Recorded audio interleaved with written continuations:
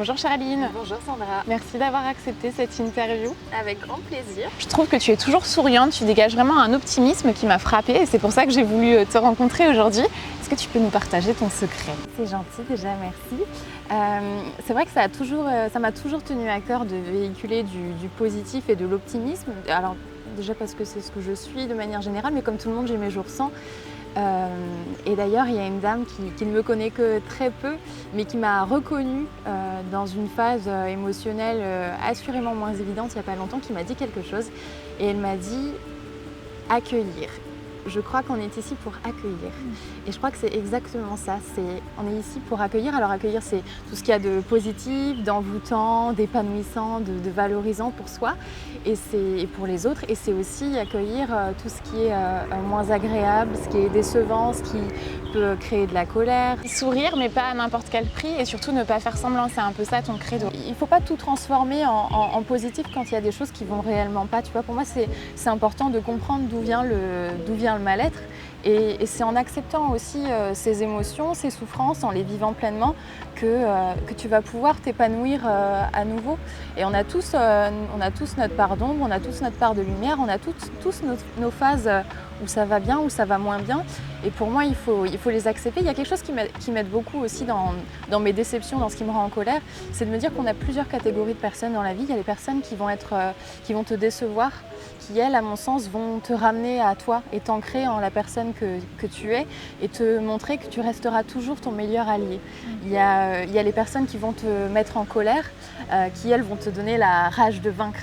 Il y a les personnes qui vont te rendre triste, qui vont te permettre d'être reconnaissante pour toutes les belles personnes qui t'entourent. Et il y a ces belles personnes qui t'entourent qui vont t'épanouir et te permettre d'être dans une certaine abondance. Et pour moi, de conscientiser ça, ça te permet de te dire qu'en fait, qu'importe la situation, qu'importe la personne, qu'importe ce qu'elle t'apporte, dans tous les cas, il y a un réel apport. J'ai toujours eu à cœur de vivre pleinement mes émotions et j'ai toujours incité mon entourage à le faire aussi parce que pour moi, c'est comme ça qu'on se soigne. Et être positif, c'est pas cette positivité toxique quand il nous arrive un malheur ou quelque chose de désagréable à se dire c'est pas grave, de toute façon demain est un autre jour, etc. Alors oui, demain est un autre jour, mais faisons en sorte aujourd'hui d'accepter la souffrance, la colère, la déception, de la vivre pleinement pour justement en sortir grandi.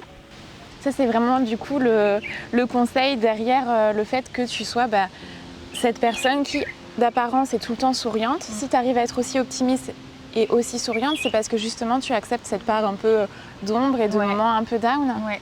Alors tu vois, moi je me dis qu'on ne peut pas avoir une vie tout le temps haute en couleurs et que parfois un peu de noir et blanc ça fait aussi du bien et c'est ce qui permet de réaliser à quel point les couleurs sont belles aussi. Et j'avoue que j'ai toujours vu une certaine beauté dans la mélancolie aussi, tu vois. Je trouve que alors le noir et blanc c'est beau, c'est vintage aussi, c'est triste parfois. Et je crois que j'aime ça aussi, j'aime ce qui en ressort. Je trouve que, tu vois, j'ai un côté, je suis très sensible à tout ce qui est artistique et je sais que ces périodes-là, moi où ça va moins, où la vie est un petit peu plus noir et blanc, elle m'inspire énormément, beaucoup plus que les périodes hautes en couleurs. Tu vois ? Et ça s'exprime comment pour toi ? Ça s'exprime par le dessin, par la musique, par des textes. J'écris beaucoup, par la danse à l'époque aussi.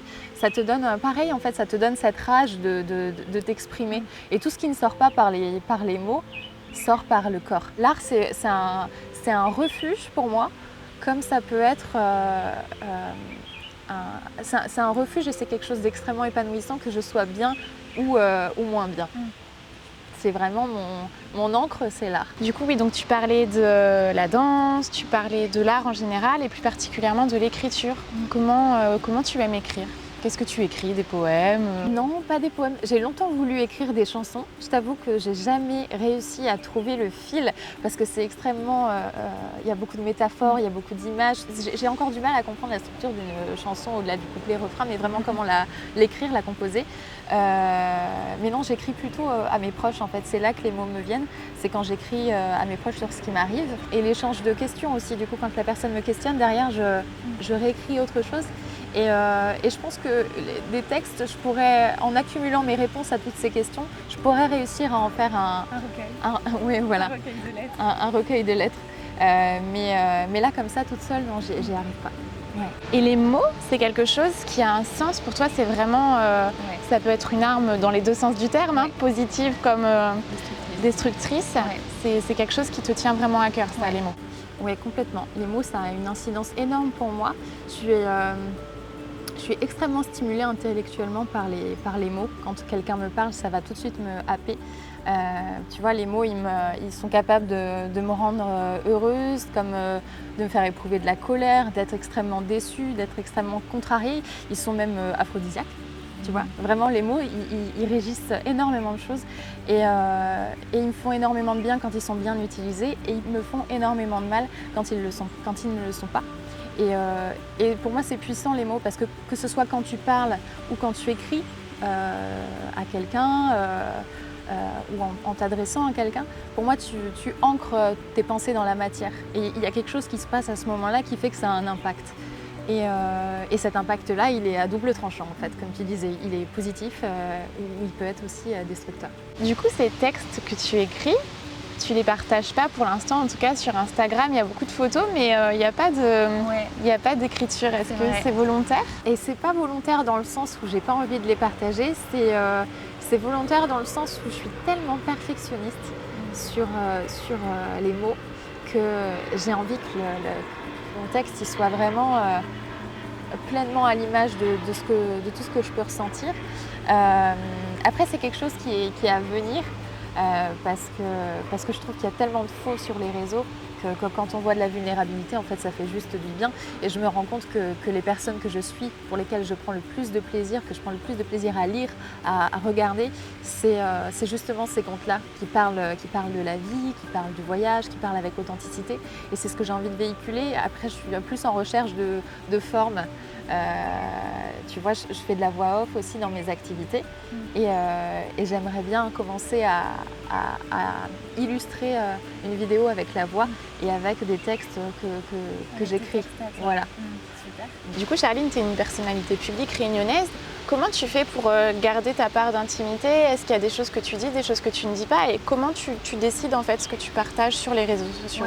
J'ai pas vraiment de règles. En fait, je me fie beaucoup à mon intuition. Tu vois, sur le moment, je vais me dire, moi, je sens que c'est pas forcément une bonne chose de le partager parce que ça m'appartient. En fait, c'est ma vie privée. Et en fait, je filme pas réellement ma vie privée. Tu vois, j'ai vraiment cette distinction. Quand je suis à la maison, je suis à la maison. Quand je suis avec mes proches, je suis avec mes proches. Et ce que je partage finalement, il est beaucoup relatif au professionnel. Là où je vais pouvoir partager du perso, c'est dans des aventures en nature, dans un bivouac, une randonnée, un séjour en van que j'ai eu l'occasion de partager. Mais tout ce qui m'appartient dans ma vie privée, j'ai pas ce réflexe de filmer parce qu'on est tellement connecté au réseau déjà dans le pro, surtout dans des métiers d'image, qu'à la maison, je déconnecte en fait et ça me fait du bien. Et le téléphone, c'est une charge mentale pour moi. C'est pas, je prends pas tout le temps plaisir à y être. Tu vois, c'est un moyen parfois d'évasion où j'aime bien aller regarder du contenu qui va m'inspirer, qui va me servir professionnellement, qui va nourrir mon émotionnel, qui va, voilà. Mais je fais vraiment cette coupure et dans ce que je partage, du coup, j'ai pas réellement de tri à faire parce que pour moi, ce qui est dans mon téléphone, filmé, photographié, c'est déjà du professionnel ou un entre-deux. Voilà. Et après, évidemment, j'ai des photos perso aussi, mais que je sais qui sont à moi et que je garderai pour moi. Voilà. Et si un jour j'ai envie de les partager parce que je sais pas, une personne a créé quelque chose en moi et que j'ai envie d'écrire sur elle, par exemple, je me priverai pas non plus. Mais j'écoute mon intuition avant tout, ouais. Tu es de celles qui pensent que les bonheurs, ça se cultive vraiment au quotidien, au fur et à mesure des petites expériences. C'est quelque chose que tu veux transmettre et qui te semble important? Ouais, alors je ne sais pas si tu connais Mavic Bright, ça te parle? J'ai eu la chance, aujourd'hui elle est connue sur les réseaux dans le développement personnel, dans l'expérimentation de soi. Et j'ai eu la chance de l'avoir comme prof de communication orale quand je faisais mes études. C'était un pur bonheur et une source d'apprentissage et d'inspiration énorme. Et aujourd'hui, dans sa communication, elle parle de paillettes de grâce. Ce sont ces petits bonheurs quotidiens qui, accumulés et conscientisés, vont permettre de ressentir une grande joie. Et ça peut passer par le sourire d'un passant qu'on laisse traverser quand on s'arrête, un câlin de maman au réveil, une remise dans ton café préféré, le sourire d'un enfant, voilà, toutes ces petites choses-là. Et j'ai tendance à les conscientiser de plus en plus. Et je me rends compte qu'elles me font du bien. Et à la fin de la journée, j'ai l'habitude d'écrire en fait tout ce pourquoi je suis reconnaissante. Et ça me permet de me rappeler.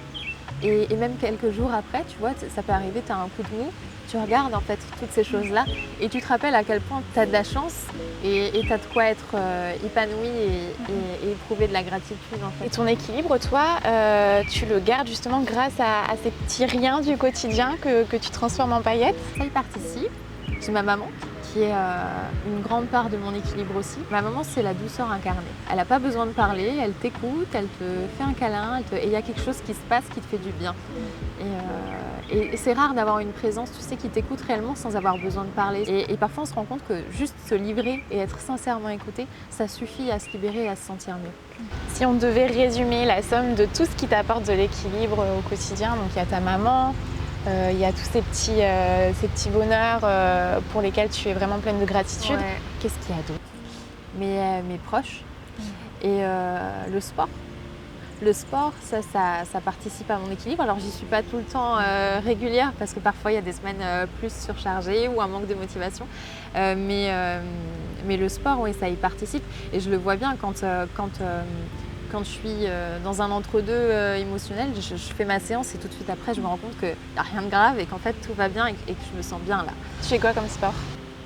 Plus du fitness, c'est un mélange de muscu et de cardio, c'est dynamique, c'est en musique, c'est sur la musique. Donc moi, ça me rappelle à mes années de danseuse aussi.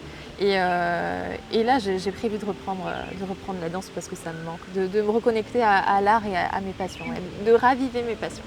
Et dans mon équilibre, il y a aussi le chemin. Tu vois, parce qu'on s'attarde sur le résultat, mais moi je prends énormément de plaisir dans le chemin. Parce que c'est là que je vais être repoussée dans mes retranchements, que je vais dépasser mes limites, que je vais voir qui est présent aussi pour moi, pour m'accompagner, pour me soutenir sans me juger. J'aime bien fixer des grands objectifs et y aller pas à pas. Et ouais, je trouve le processus de réalisation toujours hyper passionnant. C'est beau. C'est beau. Merci Charline pour ce partage. Merci à toi, c'était un plaisir.